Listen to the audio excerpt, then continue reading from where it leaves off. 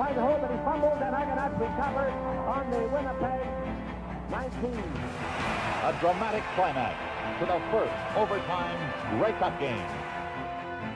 McQuaid sweeping left, flips, fumbles the ball. Reggie Holmes recovers for Calgary.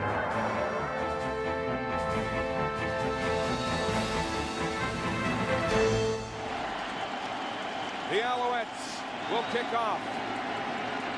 The young man, the rookie, Damon Duval, the first rookie to lead the CFL in scoring since 1963. And we're underway on the West Coast. Tony Tompkins, one of two men to return a kickoff for a touchdown, has the ball for Edmonton. He bounces outside, down the sideline, and is rushed out of bounds by Matthew Prue, the leading special team tackler for the Alouettes. A 24-yard return.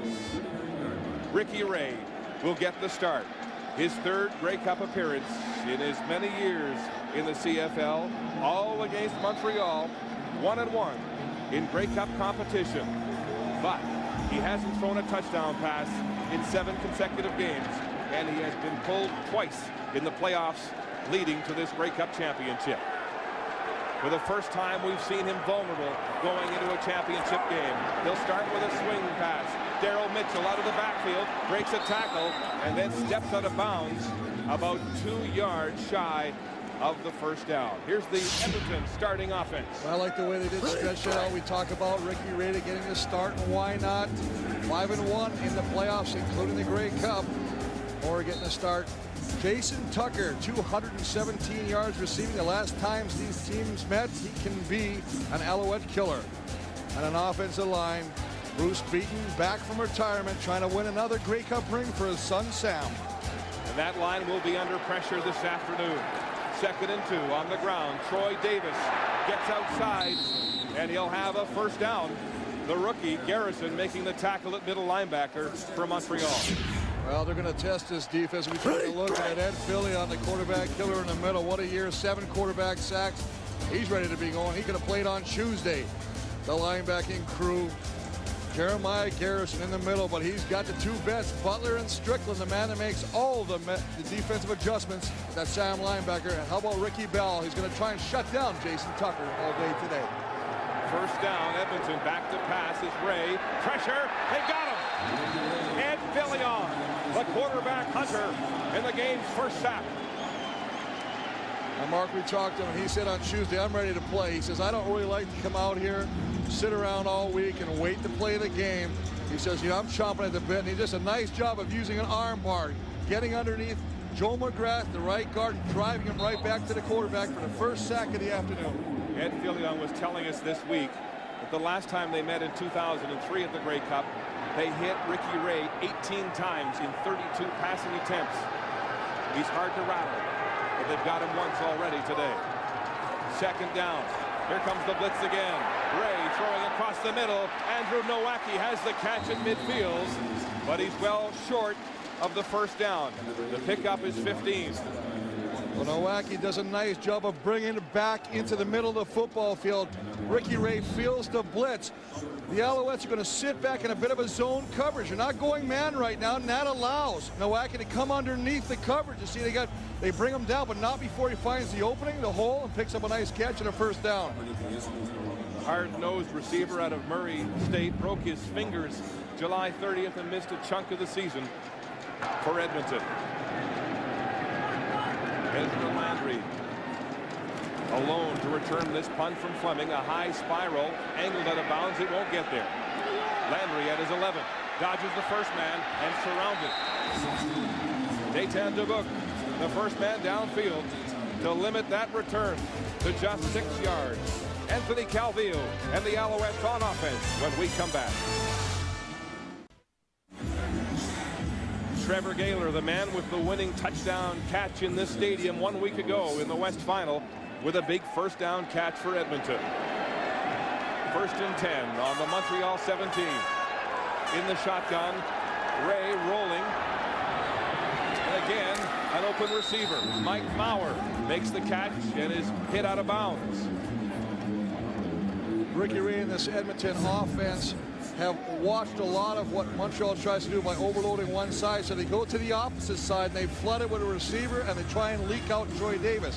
What that does is it makes the Alouette defense commit. If they commit to Davis, he takes the next man in the route, finds that nice job of just distributing the football and picking apart this Alouette secondary right now. Yes, the Eskimo quarterback expecting to see a lot of zone blitz in this Grey Cup. 2nd and 4. Ray throwing quickly, a corner route to the end zone. Incomplete. Intended for Trevor Gaylor. And Crutchfield, the former Eskimo, right there. And why not go to Gaylor? He's been Ricky Ray's favorite receiver early in this game. He's going to get one-on-one coverage. He's going to take it to the corner of the end zone. And I like the fact he's going deep. Gaylor tries to get a little push off. He's going to stop. He's going to try and push away from Crutchfield, who actually has a bit of a grab on Gaylor's jersey there. Lucky not, very fortunate not to get a flag thrown. You think there should have been interference there? You know what? It doesn't look like it. Of course, the defender has to be playing the football, not the receiver. And so the Eskimos will attempt an 18-yard field goal. Sean Fleming has been good on 88% of his field goals in the postseason. And he makes sure there. A chip shot for the veteran. And Danny Machocha and the Edmonton Eskimos are on the board first in Vancouver. The first time these teams met, Ezra Landry returned 2 kicks for touchdowns. He can be a big factor. It was a huge factor in a small package. Take a look right here, though. That's the key block, Melville. That allows Landry to catch the football, and then look at him go inside the other block, and then it becomes a foot race. He's going to win that foot race, but I want to watch Fleming did a nice job on that play. Backside screen to Kerry Watkins. He beats the first man, and then is hog-tied out of bounds. Charles Alston, the defensive end, ragdolls the receiver, the leading receiver for Montreal. You take a look at Sean Fleming, and I tell you what, after that punt, he was the man that actually turned Landry back inside and actually got a grab of him, because if he didn't do that, Landry was taking it to the house. And that's just a nice job. So we take another look at Landry getting to the outside. You see there's Sean Fleming. Now he has to do it. He does a nice job of pushing him inside, allowing his teammates to come up. The Alouettes with their first down against the blitz. It's a swing pass to Byron Anderson. And Anderson is hit immediately at the line of scrimmage. Terrific closing speed from that Eskimo secondary. Well, a little swing pass. Nice job of getting the ball to Anderson. He tries to get to the outside, make the first defender miss. Working with great field position after Landry's return. It's just slide it out there, a little bit of a hitch pass, swing pass, get it outside. Hopefully he can make the man miss. Marsh does not allow that. It's a gain of 1 yard on the play. 2nd and 9 for Calvillo. Straight back to pass, and the play whistled down as flags hit the turf here at BC Place.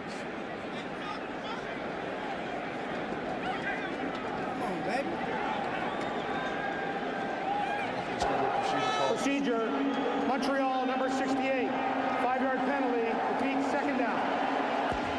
Make it 2nd and 14 now for an offense that has but 1 first down. Well, that's tough when they call it on the center, but that's Brian Chu, the man that's snapping the football, and all he does is he kind of leans back as he tries to get a little bit more oomph on that shotgun snap. The Eskimos bringing heat early. Empty backfield, 6 receiver set. More movement again, and Dave Mudge, the right tackle, backed off the line before the ball was snapped. Well, that's a sign of respect. Dave Mudge is showing Charles Alston. Montreal, number 67. 5-yard penalty, repeat, 2nd down. He respects the speed of Charles Alston. He's watched him all week, and he understands. Now he's just going to be over here. There's one, but I watch over Mudge on the right side.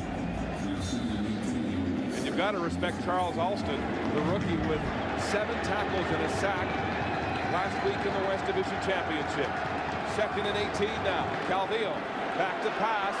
Time throwing deep to the near sideline. Intended for Lapointe. Broken up by the rookie, K.O. Craver. Well, that's just a case of the ball hanging in the air way too long. Edmonton sitting back in a zone. We talk about 80% of the time. The Eskimo defense loves to play man-on-man. This time to sit back in a zone. This ball's thrown an awful long way, and that allows Hugh Craver to come all the way over and get his hands, almost come up an interception, but I like what he did. You know, he didn't go for the interception, but the first thing he did was make sure they don't catch the ball. Fouls a punt again. Deep spiral. And it's Tony Tompkins letting it go into the end zone now. Tompkins will grab the football and draw a no yards flag.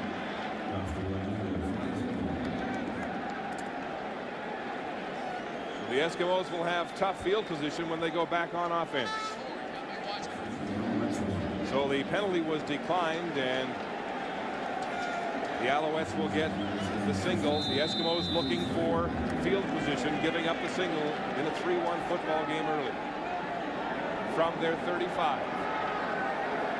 Two backs in the backfield. Motion now.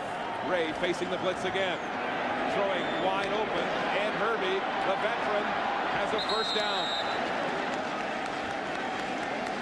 Ed Herbie, who missed 9 games this year with torn knee ligaments, has decided to forego surgery to be in this game here today. The gun sounds to end the first quarter. Low scoring as the defenses rule the day early. Here are the first quarter statistics, Chris. Well, something that jumps out right at you is obviously the time of possession. Look at that, 11 minutes for the Eskimos, 7 first downs. Montreal's offense, only 1 first down. The turnover, obviously, the fumble by Terry Vaughn led to the 3 points. And the Eskimos keeping that high-octane Alouette offense off the field, and that was one of the keys that Danny Machocha talked about. Big Joe Montfort, 9 years in this league, a 3-time top defensive player, and he can put fear into the eyes of a quarterback.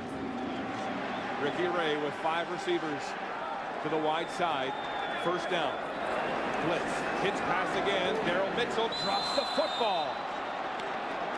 It's incomplete. It could have been very close to being a lateral on that play, but it is ruled a forward incomplete pass. Well, it definitely was a forward pass. Just trying to get it to Mitchell, see what he can do. But you know, let's take a look at what the Montreal defense has done. I mean, Ed Fillion from the inside, Strickland from the outside. The linebackers, we told you they were going to bring the blitz, and they're going to bring the blitz a lot, and they force him outside again, and this time out of sack by Tuck Benyo. They're all over Ricky Ray in the first quarter. Lots of pressure. And so far, Ray has been limited to those high percentage short passes. 2nd and 10. Blitzing again. Flag on the play. Ray in trouble. Gets away. Now he'll run. And he'll have the first down. But let's see what the flags are for. A 12-yard gain on the ground by Ray. Well, usually it's an indication of offside by the defense. Well, interesting to see what the call is. There's Dan Machocha, he's interested in the call as well. Offside, Montreal, number 94. That penalty's declined.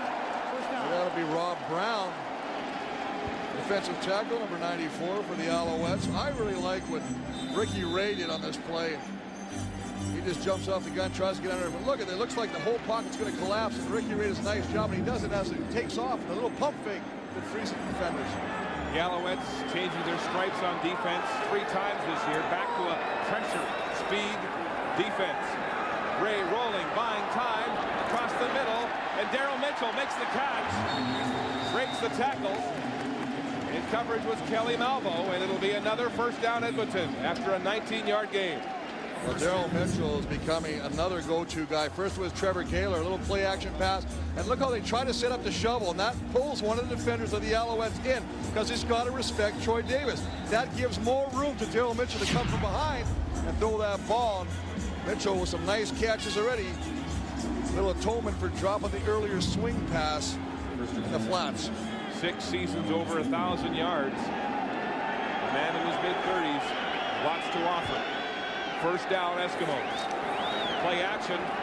Wide side to Maurer. He makes the catch. Busts another tackle. It's Malvo again, not holding on. Ricky Ray will tell you, you talk to this guy, you just can't rattle him. You talked earlier about Ed Fillion and say, we hit him 18 times in that Grey Cup game. He just doesn't get rattled. He loves the pressure defense because it's a quick read now. He goes just to Maurer right there, delivers it. Yeah, Strickland's going to lay him out, but the ball is already delivered. Maurer makes the catch and picks up nice yardage on the first down. Ray went down like he'd been shot. It's 2nd and 4. The Eskimos continue to get good first down production. Ray facing the blitz again, standing in the pocket. Complete to Gaylor, reaching for that first down marker. As Kelly Malvo again is the defensive back that Ray is attacking in that Montreal secondary. There is a flag now behind the play. There's a flag on the backside, but they're just going to live off this. Troy Davis, a nice job of blocking the blitzing Tim Strickland, allowing Ray to get that ball off to the outside. Flag was thrown. Roughing the passer, Montreal number 66. The penalty is half a distance to the goal line and a first down. Now that's going to be Big John Nick, 66. He comes in late on the hit on the quarterback, and that's the thing you got to be wary about when you're a blitzing defense. The ball is going to be released quickly. You got to pull up. Don't let your momentum or your enthusiasm take you right to the quarterback. You saw Ricky Ray earlier, Mark. You mentioned he was laying on the turf. He was trying to entice a roughing the passer on that play as well. So it's half the distance to the goal line. First down at the 10. Eskimos threatening. On the ground, Davis right up the gut. And there's no going there. That's a nice job of the exterior of the Alouettes on that play. They forced Troy Davis back into the middle, back into the cover guys. He wants to take it to the outs. He tries to bounce it, but the penetration from the left side by Strickland again forces him back into the middle, where Jeremiah Garrison, the rookie linebacker, 33, and Dwayne Butler can bring him down. Butler playing one-armed, one-handed in this game, suffering from a broken thumb. He had surgery, wearing a cast, and told us the other week he wouldn't be playing if this were regular season. 5 receiver set now. Second down, 8. Ray rolling, throwing to the goal line. It's complete to Ed Hervey. Touchdown, Ed Hervey. His first touchdown of the year. Well, Mark, it's the first touchdown for Ed Hervey, but how about Ricky Ray? Can you feel the monkey just got jumped off his back and ran into the sidelines? Ed Hervey with a great catch, and I tell you what, he's going to go over not only Ray, but we're going to watch Ed Hervey working on Crutchfield. Look at the cover. He just sits down there, comes back, finds it, and then nobody can bring him up. Melville misses the tackle. Crutchfield's already in the back of the end zone. It's a touchdown. A great job by him. A great job by Ricky Ray. Hi to my family at home. Brother-in-law Greg, my sister Sadrie. Ed Hervey, the veteran who stood up in the locker room before the West semifinal with that emotional plea, gets the game's first touchdown here in the Grey Cup as Ricky Ray throws his first touchdown pass in 8 games. Second and 4. 3-man rush. Calvillo fires. It's complete to Ben Cahoon, his go-to receiver. And the Alouettes will have a first down. Well, the Edmonton secondary has done a really nice job of so far keeping out Ben Cahoon from making any big plays. Just going to come across. It's working against Donnie Brady, trying to come back in the middle of a football field. And one of the things the Edmonton secondary will do is they will hit. Credit bonus.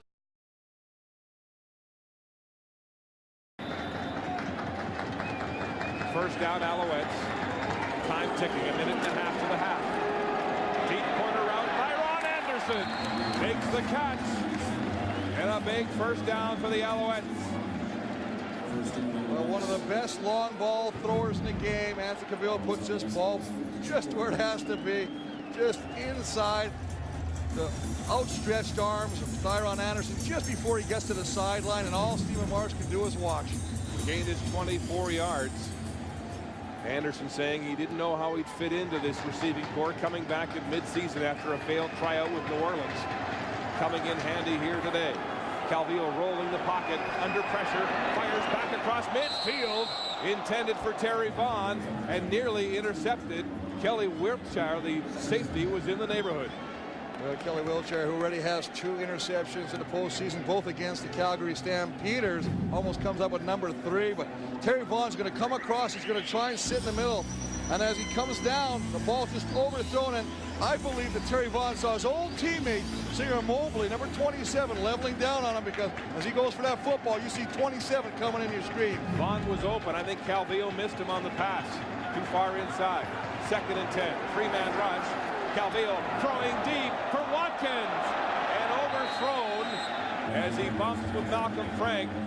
The Alouettes trying to take a page from the BC Lions, who beat Frank deep twice last week. Well, the reason they beat Frank last week is they did a great job of selling the inside route, and then they got Malcolm to turn his hips. They brought it back to the outside. This is a nice job of Malcolm just staying to the inside, not allowing Watkins to come back to the football. One of the best one-on-one guys and probably the best tackler on this secondary. Look how he turns and stays with him. A little jostle at the end, but no flag. Duval, the deep punt. Tompkins back to his 6-yard line. Makes the first man, scoots near the sideline, and is driven out of bounds for a short return. The Eskimos with a 10-1 lead here in the first half. Ray handing off to Troy Davis. Daylight in a big hole off the right side, and he's hard to bring down. A big first down for the Eskimos and a 15-yard run by Davis. He is so elusive and such a low runner. He stays low to the ground. He's going to fake it. Look at him. Look at this. The cutback. Nice job on the backside of that offensive line of springing the hole. Chris Morris, Joe McGrath, Kevin Lefshoe doing a wonderful job on that play. Ray with time. A high throw for Tucker. He can't hold on. And he's hit hard by Reggie Durden to break up that reception. Well, he broke it up because of the fact that Ricky Ray hung his receiver out. He threw it past over the intended receiver. Jason Tucker did all he could to try and reach that football, but by doing so, he exposed himself to the hit by Reggie Durden. Just going to sit back, good protection, just overthrown as he leaves his feet to try and stretch over the football. Well, that's the ones that the defensive backs live for. They love to get it because they know they can put a good shot on the receiver. 2nd and 10. Ray in the shotgun, throwing the swing again to Daryl Mitchell. He's got it, and is tackled immediately. Malvo and Crutchfield putting a lick on Mitchell. Gain of 3. 3rd down. And once again, the Alouette defense is content to give the underneath stuff to Ray. Well, they've actually tightened up. They've made some adjustments, and they've shortened that zone. It's a little tighter zone now. And yeah, Ricky Ray is doing the nice thing of getting rid of the football to the zone guy that's open. But the fact is now, because it's tighter, they're only picking up 3 to 4 yards. They've got to start stretching that zone, maybe go a little deeper, maybe run through that zone. Landry awaiting this punt from Sean Fleming, standing inside his own 30-yard line with 15 seconds and ticking on the clock. And timeout has been called by the Eskimos. Edmonton, please put the play clock to 14 seconds. Sorry, the game clock. Game clock to 14 seconds. Game clock will have 1 second added to leave 14. The Eskimos have dominated possession in this first half, have made very few mistakes. The Alouettes have turned the ball over twice on offense. They need to get going. Well, they did their part on defense there, because right now they're going to end up on this last drive of the half with pretty good field position. Of course, they were in this position last week, down 14-0 at one point to the Argos, before coming back to win the East Division Championship. Fleming again angling the ball towards the sideline. Landry slips. They'll pick it up inside the 30. Flags down. This will be no yards with 4 seconds left on the clock. A 42-yard punt by Fleming. But a nice job, because the fact that the ball bounced, get in there and tackle him, it's only a 5-yard penalty. Smart move by the defender and the cover team. The cover teams have been tight here today when you consider there were 3 kick return touchdowns in the first game between these teams. Edmonton, number 90. It's a 5-yard penalty. First down. And to go Dalton into close. The 3 kick returns on July 8th for touchdowns, and the returners have been swarmed today. Well, that's just a heads-up play by Dalton, realizing the ball is bouncing. The worst you're going to get penalized is 5 yards. Get in there and wrap up that elusive returner.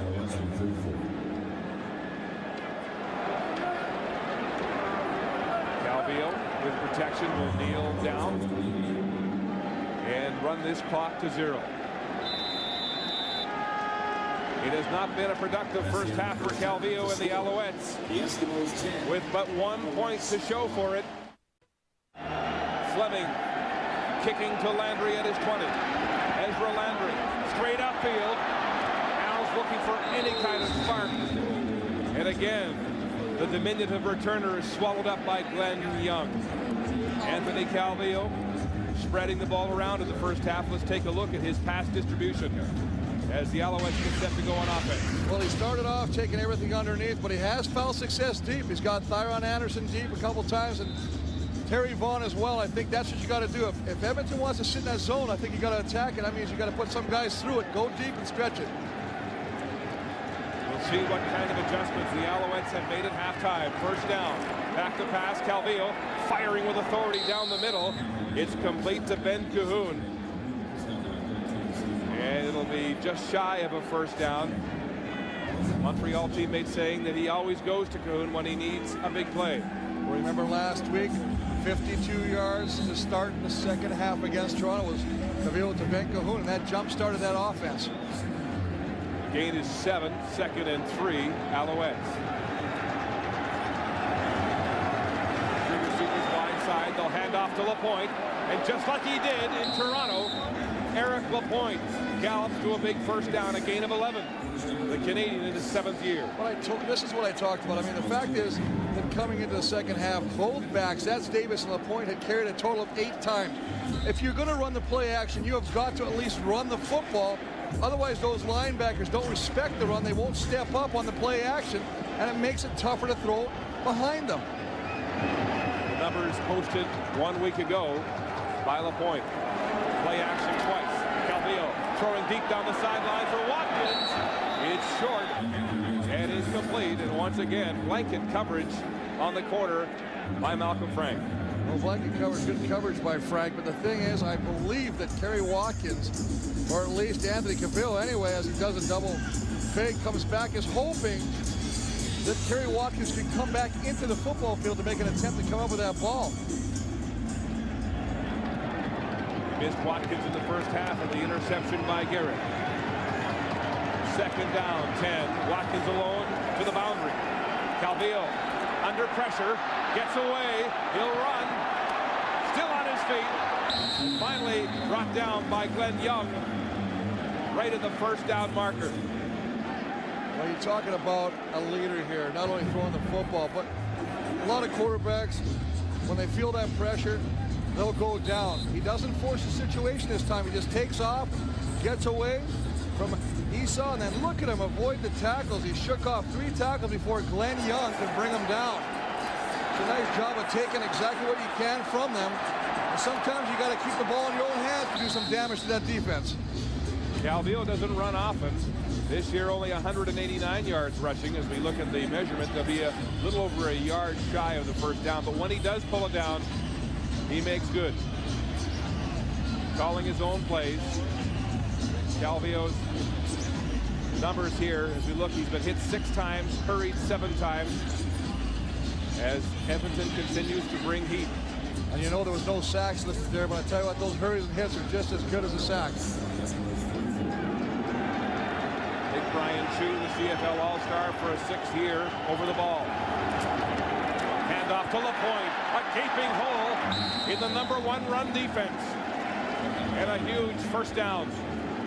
Now, one thing you have to remember, this is the #1 run defense, but the first 11 games, Mark, they averaged only 61 yards against. The last part of the season, they were giving up well over 100. So I think you should never abandon the game. You're only down by 9 points. You have a guy who's so excited about getting his first opportunity, 112 yards just in the second half alone last week against the Argos. I think, you know what? Give it to Lapointe. He is a great north-south runner. Similar script to last week. Here comes the blitz. Calvillo throwing downfield. It's complete to Cahoon. And he's caught at the goal line. What a catch. Mr. Clutch. Well, you get one-on-one coverage, Shannon Garrett against the elusive Ben Cahoon. But I love the fact they run the football. You run the football, and you get guys starting to relax a little bit. Then you come back, and you get the coverage you want. Good protection. Nice job on Lapointe to allow Calvillo to find that extra time and just runs away from him. Beautifully delivered football. You alluded to this. This is eerily similar to what happened in the second half last week. Cahoon with the catch to the goal line, and Lapointe running the ball. Well, you said he likes to go back to his go-to guys. He's doing that now. First and goal, Alouettes from the 1 on the ground. Lapointe head down.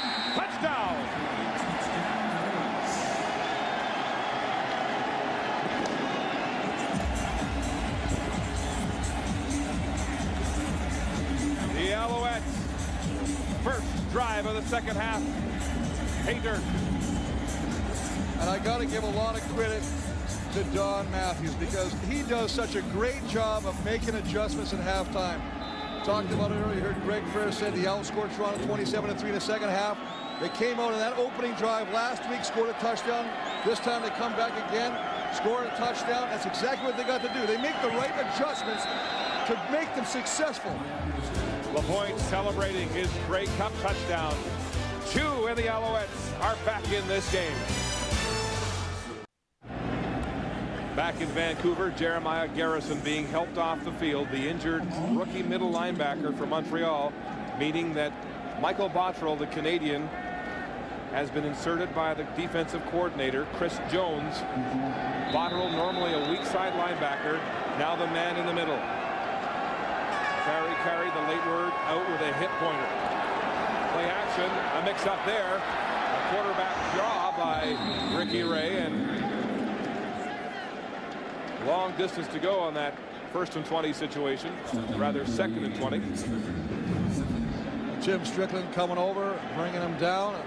Looks like there was a little bit of a distance problem between Troy Davis and Ricky Ray, who did not attempt to do the play action, rather pulled it down safely and ran for some extra yards. You know, you talked about Michael Bottrell. Remember, he had a 12-tackle game this year earlier against Saskatchewan, so he has some playing experience. 1st and 20 now, 2nd and 14. Here comes the house. Montreal blitzing. Ray throwing downfield. It's complete to Andrew Nowacki, fighting for the football at the first down marker. Andrew Nowacki just does an excellent job because they have got to find the first down marker. But the fact is they are running in routes and they're getting inside position on the cover man. And the fact they're coming in and they're being tough catching this football because there's a linebacker right outside it who wants to just lay the licking on him. Good concentration, way to catch the football right in front of Darryl Crutchfield. They're going to measure. And it is a first down. Remember, this Edmonton offense thrives against the blitz. This was one of the teams that forced Montreal out of that blitz package earlier this year. Well, it's interesting. One of the things we have not seen today is the 9-man front where they drop 6. They basically have been lining up with what they're coming with, and I think that Ricky Ray is doing a good job of pre-snap reads. Good protection on that last blitz for a big gain of 15 yards to Nowacki. And it looks like the Alouettes have called a timeout amid some confusion on defense. Timeout, Montreal. The Alouettes will take advantage of that breather. Swing past Mitchell again. Bread and butter for Ray. He's hit hard by Tim Strickland, coming laterally very quickly to make the tackle for the Alouettes. And Mark, it's interesting because when you have these guys, somebody's got to pick up the slack. Somebody's got to make the plays. Look at the hustle of 38. He's lined up as the outside linebacker, comes all the way over and lays a licking on Daryl Mitchell. He wants to do it himself. He's going to try and fire up the rest of his defensive teammates. It is 2nd and 5 after the 5-yard gain by Mitchell. As the Eskimos go to a 5-receiver set here. Alouettes showing blitz. Here they come again. Ray throwing across the middle. It's complete to Gaylor. Climbing the ladder with Strickland in coverage. Well, Strickland's got a lot of speed, but he's not the best cover guy. Straight out, straight ass front, he can do anything he wants, but when you try and bring him back inside, there's some separation. But once again, where does Ricky Ray attack this defense? Right in the middle. Gaylor, the rookie out of Miami of Ohio, who shed some stunning receiving numbers at that university before making his way into the pro ranks. 3 catches here this afternoon. First down, Eskimos. Play action. Pressure now. Ray throwing to the wide side. And it's complete to Daryl Mitchell. Beating the rookie Prue. Well, I'm telling you right now, there's some confusion in the secondary to Montreal Alouettes right now because they had both receivers in the line. He had an option of the first receiver, did not want to go to the outlet back. He goes over his head, Obermauer, and he finds Mitchell, but there's just too much. They're sitting in that soft cover zone, and I tell you what, they got to be a little bit more aggressive right now. If you're going to get beat, make you beat one-on-one, but right now, Ricky Ray's just having his way marching his team down the field. Right you are, Chris. Big holes in that secondary. The defenders slow to close. First down again in the shotgun. Ray rolling right, throwing downfield, and it's incomplete. Intended for Hervey. He was held up, complaining there should be a penalty. Well, it's interesting, Mark, because Durden feels the penalty should be thrown against Hervey because he did not allow Hervey to go, or didn't allow Durden to go after the football. A little bit of reverse pass interference in that play by Ed Hervey on Reggie Durden. There is no flag. It'll be 2nd and 10. Another look at it. Well, you take a look, they're going to run right into each other right here, and he just grabs, you see him grab Reggie Durden's jersey, and that does not allow Durden to have a chance to pick off that interception, or at least attempt to come up with that ball. Ray good on 6 of 7 on this drive. Rolling to the wide side. Escaping pressure, gets the ball away. Davis bobbles it, holds on, and turns upfield for a short gain. And this drive will stall for Ricky Ray and the Eskimos. Drive will stall, but they did a nice job of moving the football and using some of the clock. Now they'll bring on Sean Fleming, and he'll try and put 3 points on it. And I'm going to tell you what, anytime you're in the big game, or it's a do or die, the Grey Cup, any points are good points. Anwar Stewart with the pressure. Nice job of dumping the ball off to Troy Davis. What a great look from the overhead cable cam to see all the defenders quickly surround Troy Davis. Davis, the 8th different receiver employed by Ricky Ray today. From the 35, the Alouettes are 1 short here. The field goal is up and good. Sean Fleming, perfect in this Grey Cup to extend the Eskimo lead to 5. The glittering night sky here in Vancouver, British Columbia. Joe Montford wearing the microphone in this Grey Cup. Let's listen in. Hey, play action. Hey, play action. Come to.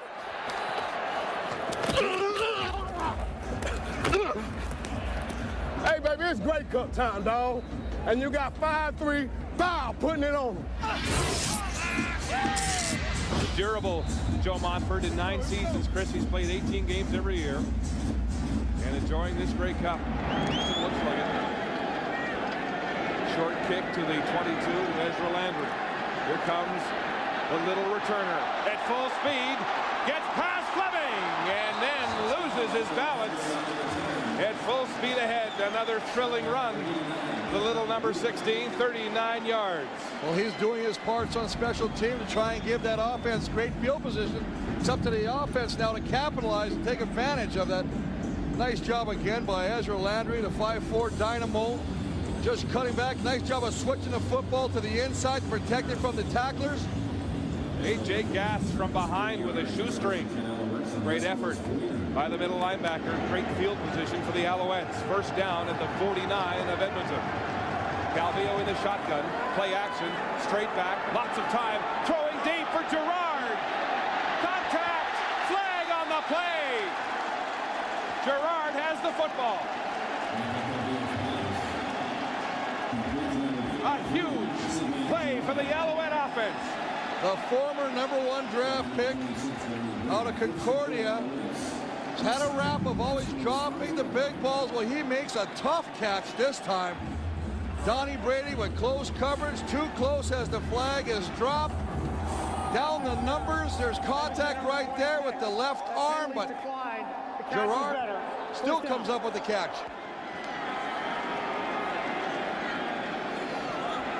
Nice job of concentrating and bringing that ball in. What a catch as Brady tried to mug the Canadian receiver. First and goal.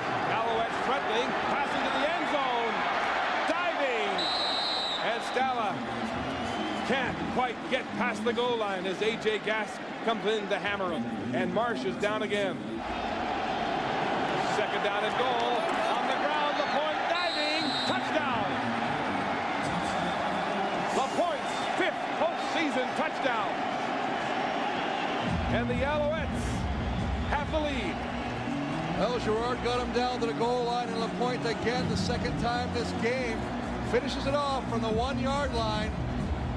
Play very reminiscent of the first touchdown, pulling a backside guard. Again, Paul Lambert coming around. Eric LaPointe is going to lower his shoulder and gets into the end zone. A.J. Gass trying to influence the official, but he's in there. Damon Duval with the... Warren, not Byron Capers. It's good. Back-to-back touchdowns in the second half. And this ball will be a souvenir for Eric LaPointe, a 7-year veteran who says this may well be his final season in pro football. A financial planner who says it's hard to juggle both careers. And what a postseason he's having. Well, just a nice thing. And again, it's a pull. And this time they're going to pull both the backside guard and tackle. But again, it's Lambert who gets there, who clears the way. Walk back, pull the offside guard. Does a nice job of kicking out. And LaPointe, 2 carries for the 1, 2 touchdowns. And as you say, the nice thing about him, boy, he gave a great tribute yesterday to Robert Edwards. He wore Robert Edwards' jersey in practice because he said, you know what?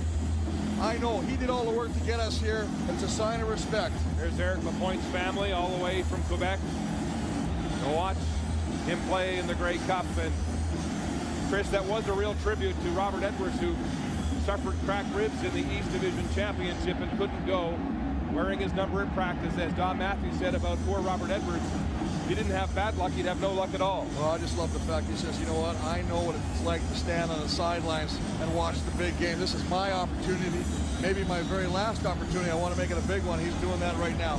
How about Eric LaPointe? He's never played a complete season in 7 because of injuries. Getting a chance here in the twilight. Tompkins from the 8.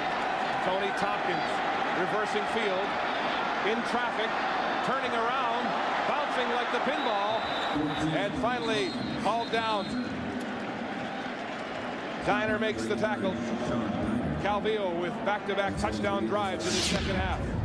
Back-to-back drives, and I mean, he just gets it all. All starts with the kick returner Landry, excellent field position. Then he goes deep to Sylvain Girard, who does an excellent job to come up with a catch, even though it is pass interference, and it's finished off by a 1-yard punch by Eric LaPointe, his second touchdown of the afternoon. Calvillo again on the bench, comparing notes for the next drive with the coordinator, Doug Barry.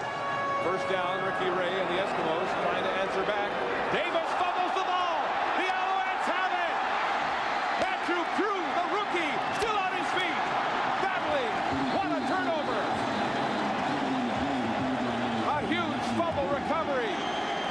And the first turnover by the Eskimos for the rookie, Matthew Crew of Gatineau, Quebec. Unbelievable. They give the ball. They try and start the drive like they did the last drive. Every time the offenses have been on the field the second half, they produce points. This time the ball is stripped from Troy Davis. He fumbles it up. Matthew Crew, the East Division rookie nominee. Johnny on the spot with the recovery. Tim Strickland again, the man that makes things happen from the linebacker position, pops the ball out. Crew does the rest, takes it down inside the red zone on the 12-yard line of the Eskimos. Chris, we met him after the award. So gracious, losing to Gavin Walls for Rookie of the Year and a big play here in the Grey Cup. Al threatening again. Calvillo dancing in the pocket, throws, nearly intercepted. Shannon Garrett looking for his second pick of the game. And Thyron Anderson, the intended receiver. Zone coverage, sitting back, but the thing that was going to haunt Anthony Calvillo is Shannon Garrett read the eyes. And the pump fake, 23, Shannon Garrett saw where it was going all the way, stepped in front of Thyron Anderson, and should have come up with this interception. Right off the fingertips. Close call. Second down and 10 from the 12. Calvillo backpedaling, throwing again to the sideline. It's complete to Ben Cahoon, but it's well short of the first down. They try to get him one-on-one on the outskirts against Malcolm Frank, the best tackling secondary guy the Edmonton Eskimos have. Ben Cahoon's going to get it quickly, hopefully going to try and beat the initial tackler, take it in the end zone, but Malcolm comes up, wraps him out, takes him out of bounds. A field goal unit will have to come on. Gain of 6, and this will be a chip shot for Duval, who missed his first attempt from the 47. He'd only missed one in the playoffs coming into this Grey Cup. This is from the 13-yard line, left hash. Damon Duval hammers that one through the uprights. And the Alouettes improve their lead. Tompkins from the 15-yard line. Tompkins with a burst of speed. Now he's deep. He could be gone. Tony Tompkins on his way. Touchdown. 96 yards.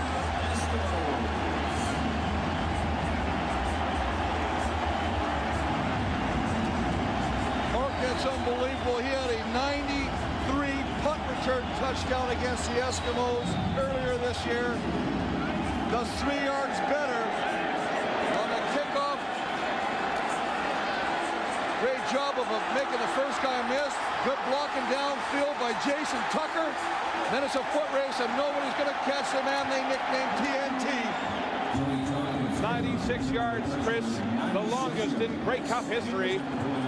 The young man who led the CFL in punt return yards and 3 touchdowns to tie a rookie record takes that kick back to the end zone. And just like that, the Eskimos are back on top. And the guru of special teams is beaten at his own game. Fleming to kick it off for Edmonton. A short kick away from Landry. It's Jonas Lewis. And a short return as Marcus Wynn, the rookie, makes the tackle on special teams for Edmonton. Let's just show you where the young man stands at the top of the list. The longest kick returns in Grey Cup history. 1 better than Adrian Smith's mark in 97. But look at some of the great players he's ahead of now. The Gizmo, the Rocket, James Quick Parker, and Alan Ford.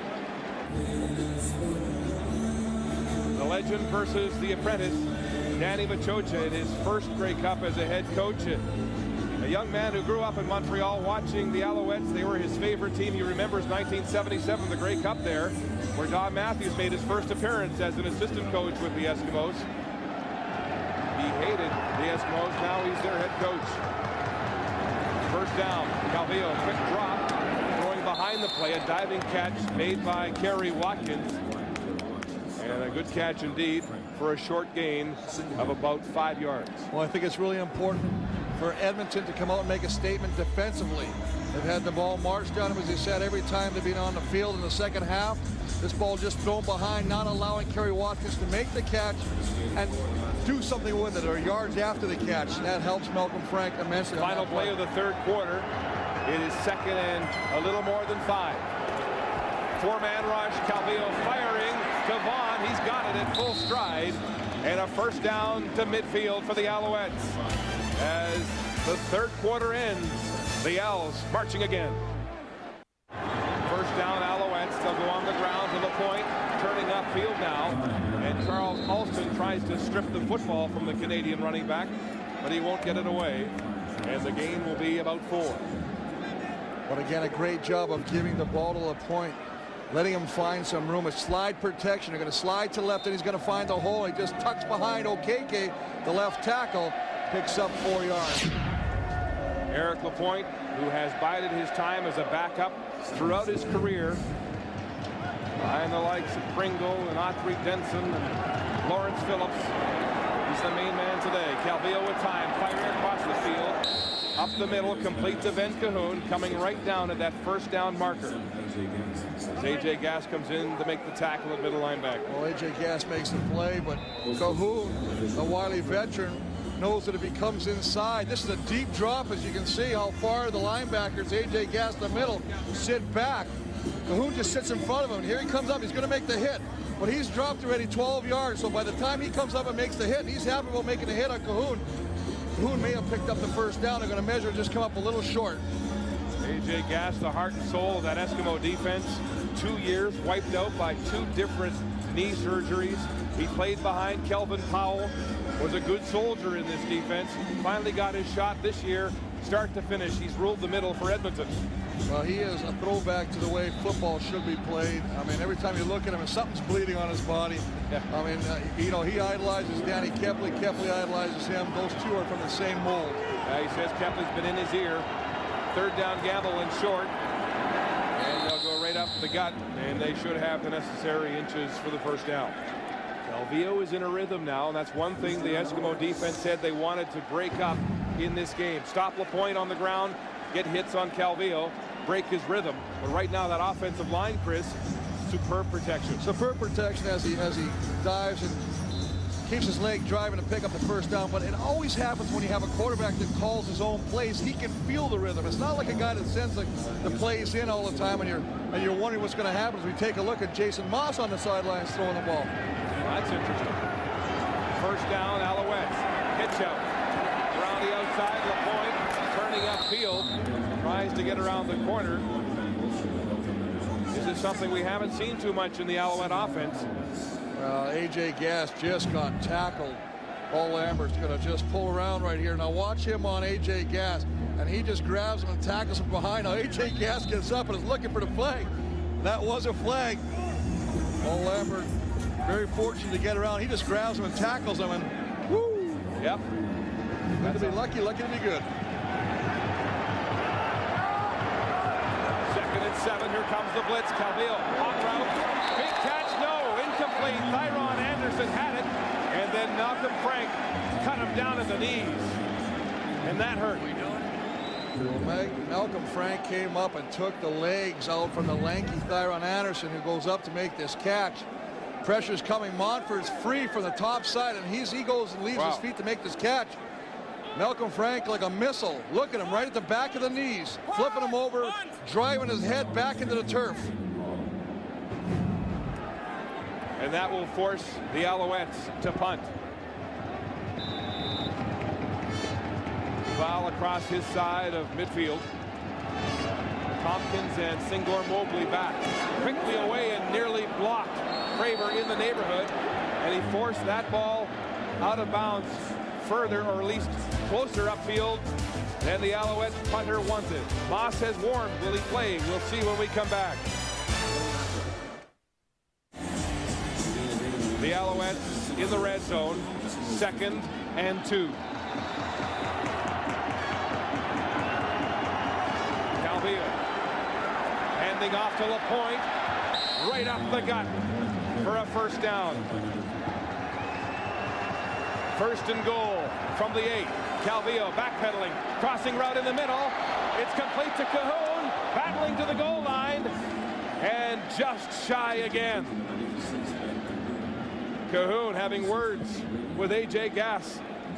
He's no shrinking violet, a tough slot back indeed. Well, Ben Cahoon and Thyron Anderson are going to run a crossing around. A little bit of a pick play, and that springs Ben Cahoon underneath. He makes the catch. He gets tackled, but not before he takes it down to the 1-yard line. You see Thyron Anderson farther to the right, just doing enough to disrupt the cover man. To the goal line. 2nd and goal. Short yardage formation. Naked bootleg. Calvillo to the end zone. Touchdown. What a great call. Everybody in the building is expecting the hat trick for Eric Lapointe. He's going to get the 3rd touchdown to match last week's output. What does he do?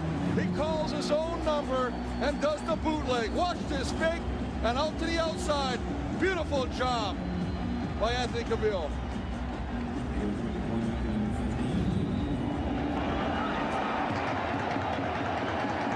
Stir in this sold-out building of 59,000 fans as the Alouettes have come alive offensively in the 2nd half. Foul with the point after, and the lead changes hands again. And let's check the pride on this cover unit, because the last time they kicked off, you know what Tony Tompkins did. 96 for a Grey Cup record. Squib kicks. They're not going to get the ball to him this time, as it's completely covered by Antigo Dalton, who decides to stay down. And the anatomy of the last scoring drive began with a big turnover. Anwar Stewart forcing the fumble despite being choked by Beaton. And then Calvillo went back to work. His favorite receiver, Ben Cahoon, in traffic to the goal line. Then the naked bootleg, fooled everybody, getting past Marcus Wynn into the end zone for a 1-yard touchdown. The Alouettes have been prolific in the second half as Paul Lambert gets ice to that left leg. They've outscored their opponents 51-13 in the last 2 games in the second half alone. What does that tell you about adjustments? Ricky Ray across the middle, wide open. Ed Herbie turning upfield, puts his head down at the 35 and just across the first down marker for a gain of 11. To the sidelines for an update. Here's Elliott. Just with the word they're talking about with Paul Lambert is a ligament strain on the left ankle. He is done for the day. Mark? And Elliott, you can just see the disappointment in his face. As Luke Fritz will now come in at that left guard position. First down after the 11-yard pickup by Herbie. Ricky Ray handing off. Davis stops dead in his tracks, reverses field, and makes something out of nothing, but pays a big price after a gain of 6 yards on the play. 2nd and 4 on the 41. The Eskimos trying to get some offense going after that electrifying kick return by Tompkins. Ricky Ray in trouble, and Tugbenyo with the sack, his 2nd of the game. Well, they're just bringing the pressure once again. They got to him last time, but only 3 men. This time they bring 5. One-on-one, that's all it is. They run a little twist stunt. Tugbenyo is working with Dwayne Butler. He comes back underneath to the inside. Butler goes to the outside, and sack number 2, and almost forces a fumble by Ricky Ray. And the 3rd sack of the Eskimos in this game. Tugbenyo on and off the roster all season in Montreal, even on the practice roster at one point. And he's having a terrific Grey Cup. Fleming to punt. Nearly blocked. Angling it, but not out of bounds.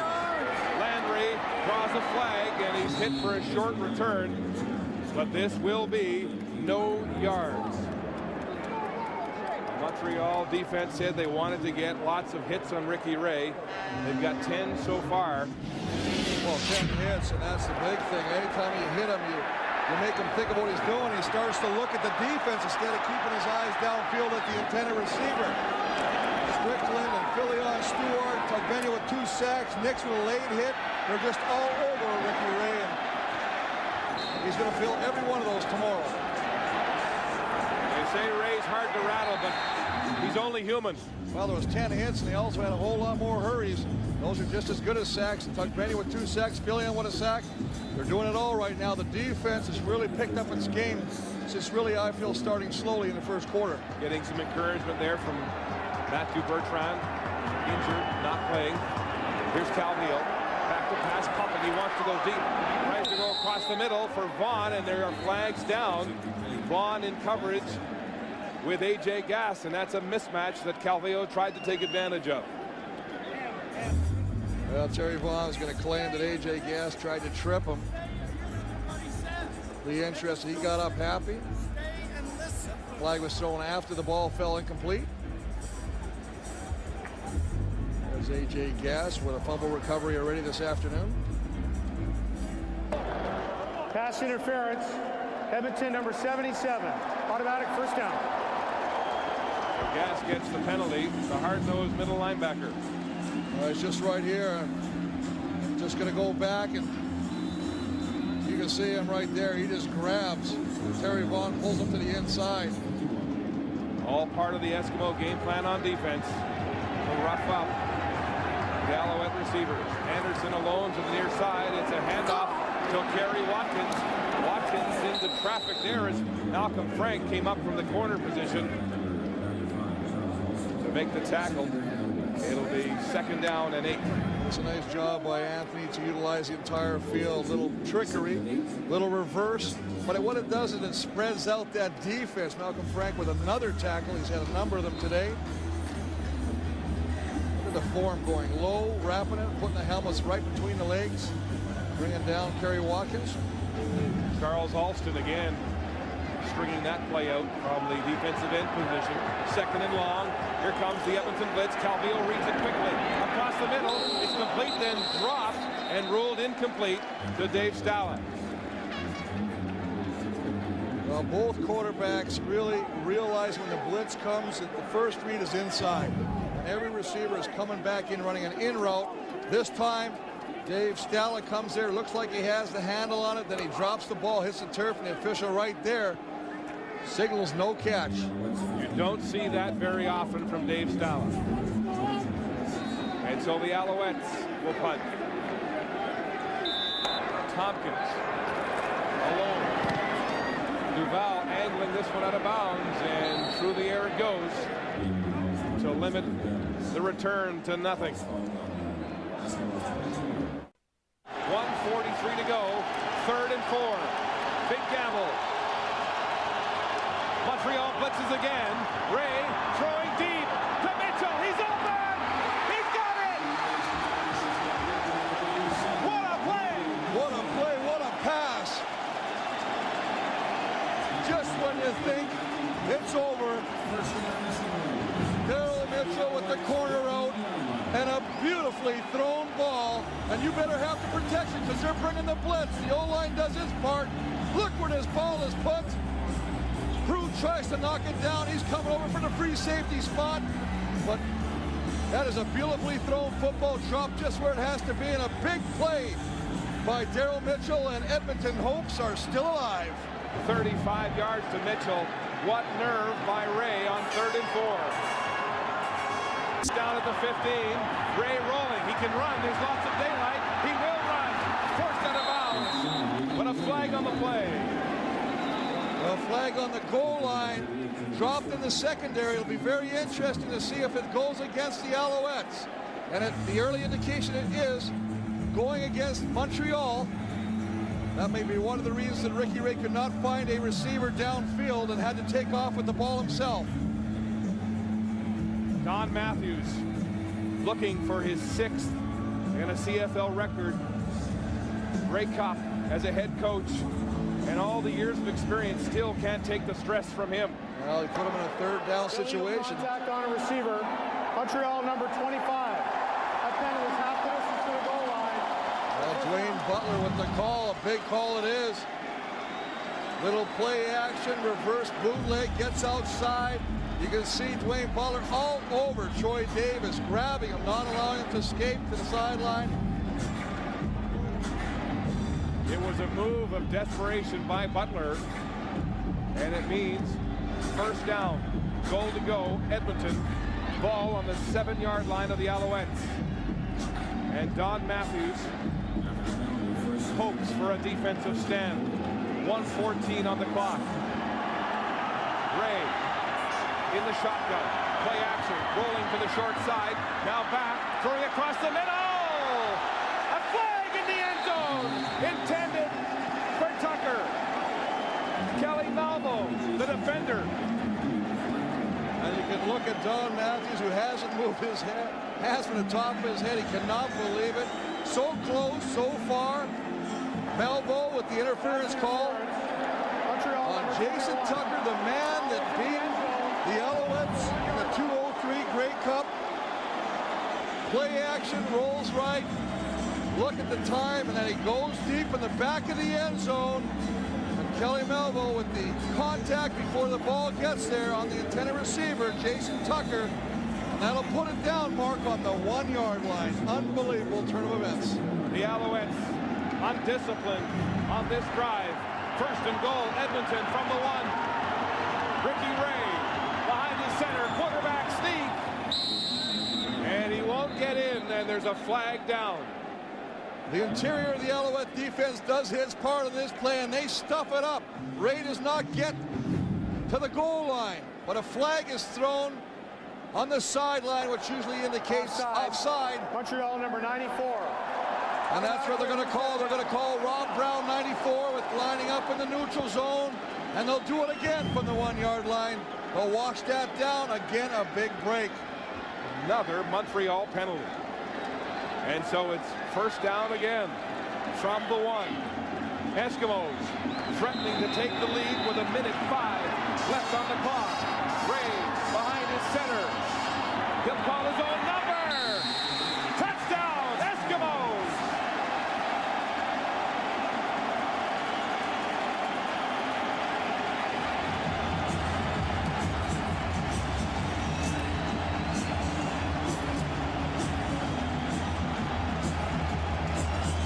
Now, would you go for 2 and build a 3-point lead, or just kick the convert and lead by 2? You know, let's go for 2 points. I think you go for 2 points and you protect yourself with the field goal. I think it's a good call to go for 2. The way this offense is moving, I tell you what, it all came from that gutsy 3rd down call to find Mitchell deep.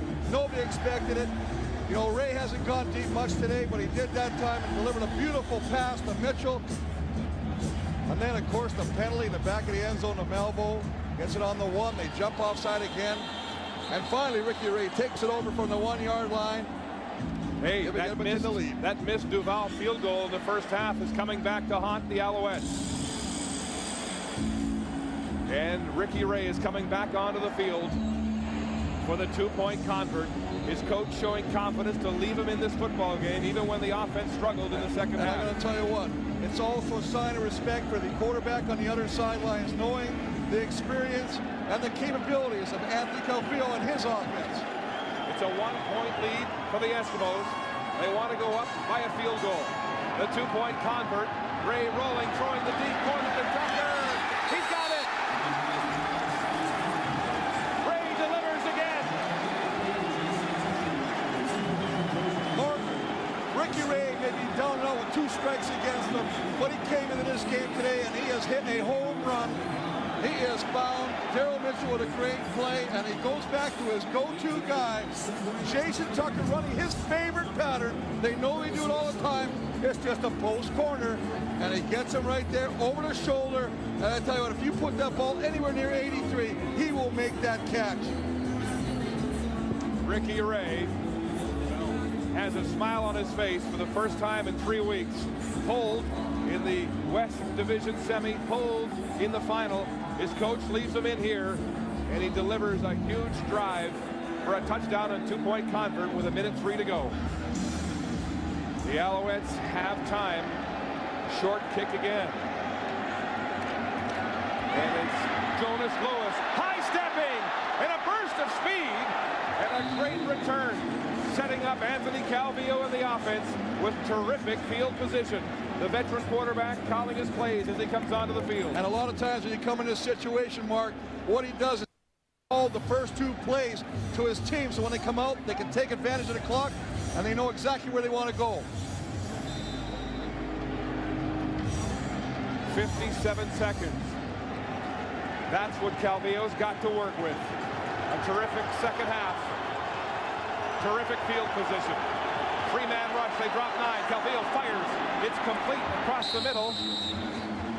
And it's Ben Cahoon making the catch for Calvillo, the man he always goes to when he needs a big play. Well, he knows 86 is Mr. Reliable.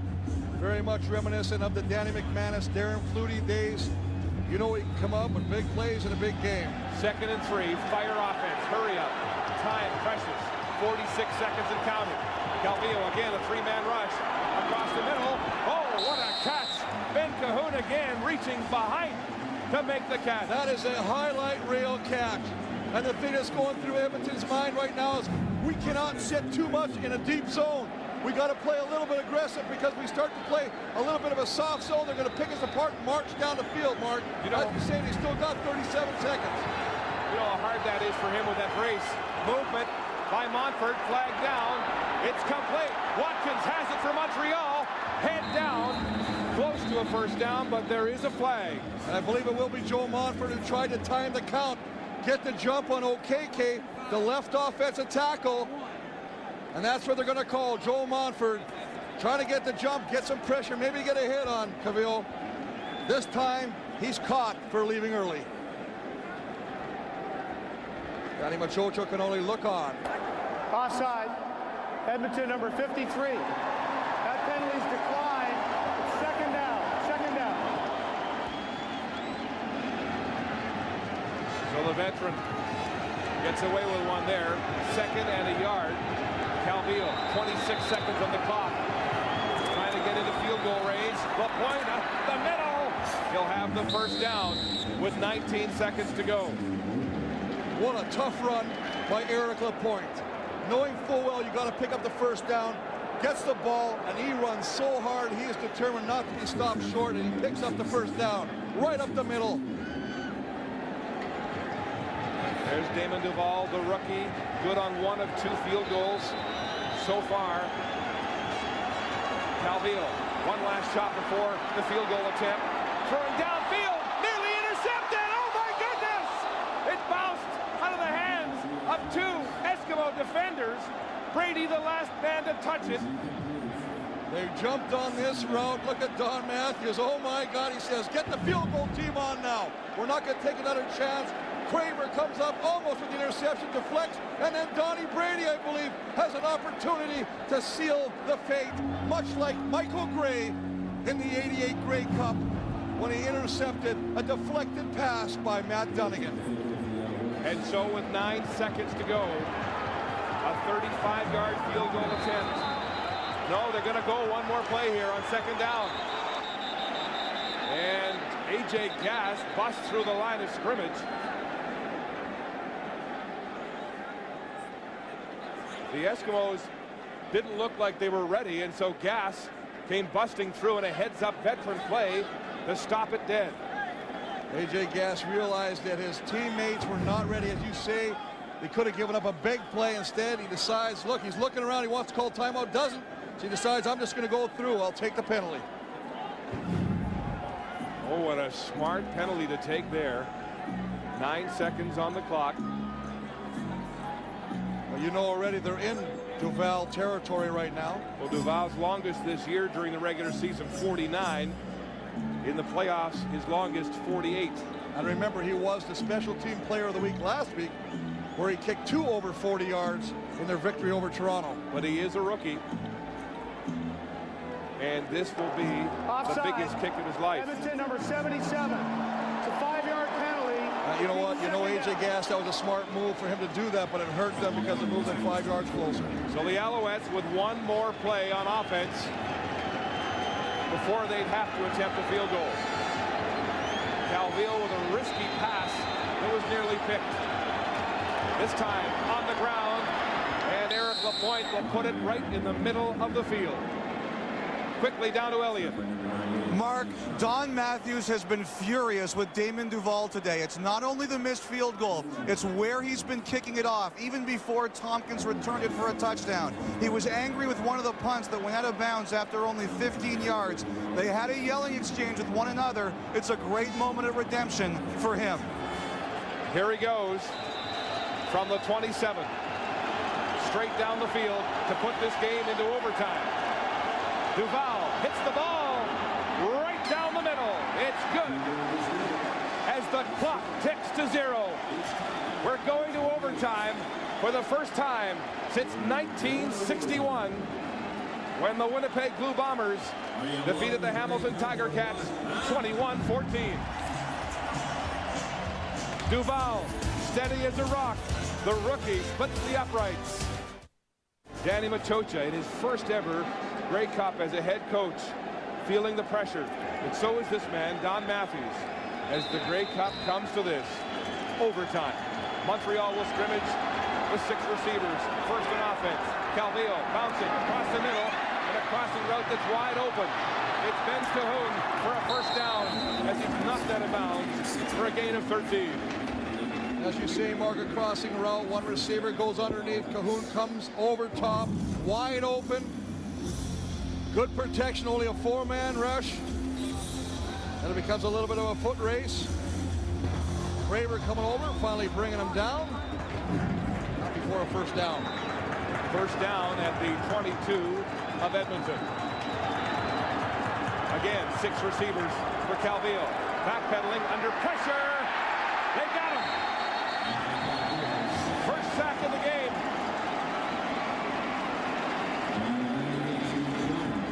Well, Charles Elston, the defensive lineman of the week last week, 1 sack, 7 tackles, making his presence felt. But again, Joe Montford with the initial pressure from the top side. And Luke Fritz, who's come in to replace Paul Lambert, beaten up on that play along the line of scrimmage. A loss of 8, second and 18. 5 receivers set. Calvillo straight back, 3-man rush, throwing for the end zone. Stella! He's got it, and there's flags! This is pass interference against Malcolm Frank. He's not even going to contest this call, but Dave Stella, the catch of his life from St. Mary's. Last year, 12 catches, 171 yards. And don't forget that last second catch to beat BC at the back of the end zone in Montreal. He comes up big here. That penalty's declined. Touchdown. What a great throw. We have seen just 2 quarterbacks at their finest today. Right at the end of the game when it counts most, we saw Ricky Ray to Mitchell. And here in overtime, Anthony Calvillo finds Dave Stella in the back of the end zone. And for Stella, his first Grey Cup touchdown comes in overtime. The point after. Duval is good. So the Alouettes strike first in overtime with a touchdown pass to Dave Stella, 30 yards. An historic one for him as he hangs on to the football. Now the Eskimos need to answer back. Boy, I just love the call. I mean, Anthony just sits back there and heaves it to the corner. Little corner route by Dave Stella, who just does an excellent job of using his body. He's going to sit back there to keep max protection, keep LaPointe in. Now he goes to the corner. Now watch Stella use his body. He slows down and draws the contact. That's a great play by Dave Stella, and then he comes up with a catch to boot. Malcolm Frank beaten again, as he was last week in the West Final. Now the Eskimos on offense. They must score a touchdown or this game is over. Ray throwing across the middle. Mitchell, he's got it. What a catch. Close coverage. And the veteran comes through. Well, we talked about it. It's unbelievable. What a display. What a game to be watching. Ricky Ray's just going to sit down. He feels the pressure, but he just stands in there. Has to wait. This route takes time to develop. This is Daryl Mitchell coming down deeper across the middle. Not a little 10-yarder. Good 20 yards down the field. He delivers that ball on the money. 21-yard gain. Mitchell now 8 catches for 117 yards in this football game. First down, Edmonton. Ray, play action. Shovel pass to Troy Davis. And he's tackled immediately. Tug Benyo read that. Well, Tug Benyo read this, but I tell you what, Ricky Ray's got to hold on to the ball a little bit longer, and what he'll do is he'll force Tug Benyo to commit to the quarterback, then he'll push it through. Just a little too quick. As you take a look right there, he's got to get Tug Benyo up the field a little bit more to commit to the quarterback. Then you can punch it through and give the ball to Troy Davis. What a big play by Tug Benyo to limit that gain to just 3 yards, forcing Ray now into a 2nd and 7 situation on the 11. But every down now, you can put it in the end zone. 4 receivers wide side. That's the way that Ray rolls. Throwing the corner for Tucker. He's got it! Touchdown! The Eskimos answer back. Well, they go after Kelly Melville again, and it is Tucker's signature play. He loves the corner out. He's made a living of this. And once again, they go to the well, and they say 83. We'll see you in the corner this time. Double coverage, but the primary cover man, Kelly Melville, cannot keep up with Tucker. You see Dwayne Butler coming in your screen late, trying to help out from the linebacker position. But what a wonderfully thrown ball by Ricky Ray to give him the catch just before he steps out of bounds. An 11-yard touchdown catch diving in the corner of the end zone. The point after now, Fleming is good. And the Grey Cup game is tied again. Don Matthews has won 10 Grey Cup rings as an assistant and a head coach, and he was telling us yesterday, Chris, he's given away 5 of them. 3 to his sons, 1 to a friend who is seriously ill, and another to a Baltimore supporter who didn't get a ring when he should have when the Stallions won in '95. Here we go. Ricky Ray, the second series, play action, and Herbie has a little hitch in a short game. on that first down play. The gain will be about 6 yards for the Eskimos. And Montreal is trying to bring everybody. They're overloading. You see they're coming free on the outside. Ray sees the pressure, delivers the ball to Herbie, who doesn't go and line up as wide as he normally does at the wide out. He comes in a little bit to the hash mark because he realizes it will shorten the throw. 2nd down and 4 at the 29-yard line of Montreal. Ray, silent count, back against the blitz. Oh, and Gaylor wide open. Trevor Gaylor drops the football. So that means the Eskimos will have to try a field goal. Oh, and Trevor Gaylor, who last week came up with a game-winning touchdown, but also dropped that one that led to a Baron Miles touchdown or interception. This one he should have caught. Coming across the middle, would have probably gave him a first down. Fleming has been perfect here today in regulation. 2 for 2 from 18 and 35 yards out. This will be his longest attempt of the football game from 36 in the left hash marks. Pressure kick for the veteran. Moss to hold. Fleming hammers it. And it's good. Inside the right upright from 36. Eskimos lead by a field goal. Well, Sean Fleming is perfect. I know on his stat sheet he'll show missing 1 field goal, but that was how he ended the game last week when he pooched a fake field goal out of bounds out of the punt, just to kind of put it in the coffin corner. Other than that, though, 10 for 10 kicking field goals, none bigger than that one right there. Now it's time for Anthony Calvillo and the Alouettes. A touchdown here wins the football game. First down at the 35. 3 receivers to the wide. Straight back, 4-man rush. It's knocked back into his own hands and he throws again. Wide open! He dropped the ball! Terry Watkins was wide open in the end zone. Their leading receiver. And there's a flag down. Was that a legal pass? Well, he got the ball deflected right back into Anthony Calvillo's hands as he looks up at the screen and can't believe it. Everybody stops. Kerry Watkins wide open in the end zone. I don't know if you can throw the ball twice. That might be the call. He threw it once, was knocked back in because he threw it. You're not allowed to throw the ball twice. So 2 forward passes thrown on the play. there it is. 10-yard penalty against Montreal, number 13. So not only do they not get the touchdown, they get penalized. And now they're being pushed out of field goal range. It'll be first down repeated. 20 yards to go from the 45. Well, Esau gets the hands up and it knocks it back down after the first pass attempt, and he throws it deep to the end zone. First and 20. Calvillo. Eskimos showing pressure on the line of scrimmage. 4 receivers to the wide side. They rush 4. Blindside blitz. Calvillo sacked! And way out of range. The rookie, Charles Alston, comes up big again. Charles Alston with his 2nd sack of the afternoon, none bigger than this one. Working against probably one of the best left tackles, if not the best left tackle in the game, Uzumo Okeke, and just beats him what they call around the horn. Just going to beat him off the line. Gets right to the quarterback, sacks him down, and as you say, it is 2nd and a country mile. 2nd and 31 yards. Alouettes need a huge play here. Edmonton rushes 4. Calvillo in trouble again. Now he throws downfield.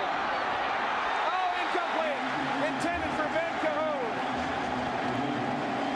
Malcolm Frank came back with a big play and broke on that football. Zone coverage, came back and knocked the ball away from Ben Cahoon. Eskimos going to step up in the pocket. He sees him. He's wide open. Look at the break on the ball.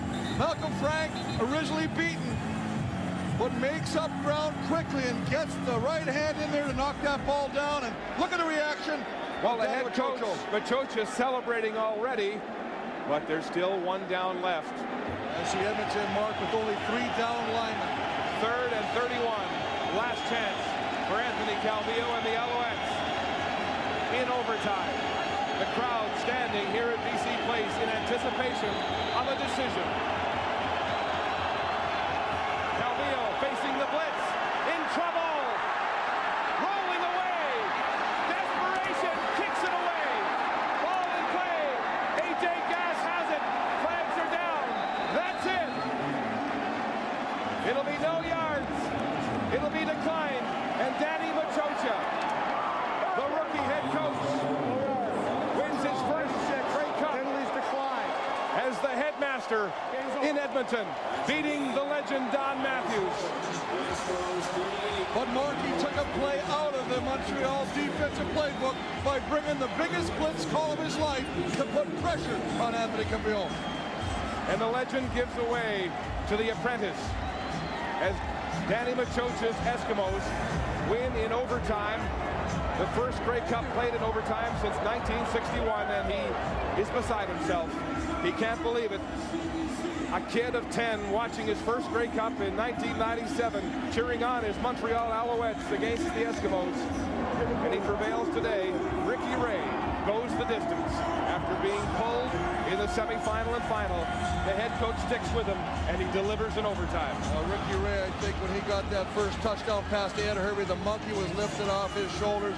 And we saw him deliver some beautifully thrown balls to Mitchell and Tucker in the end zone.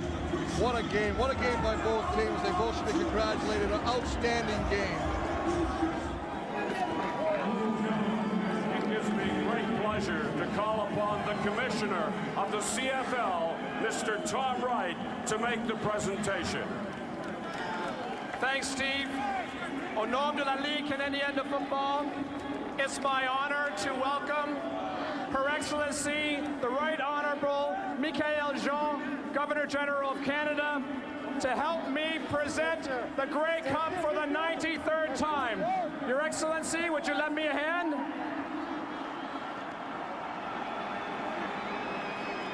Il me fait plaisir de vous présenter the 2005 Grey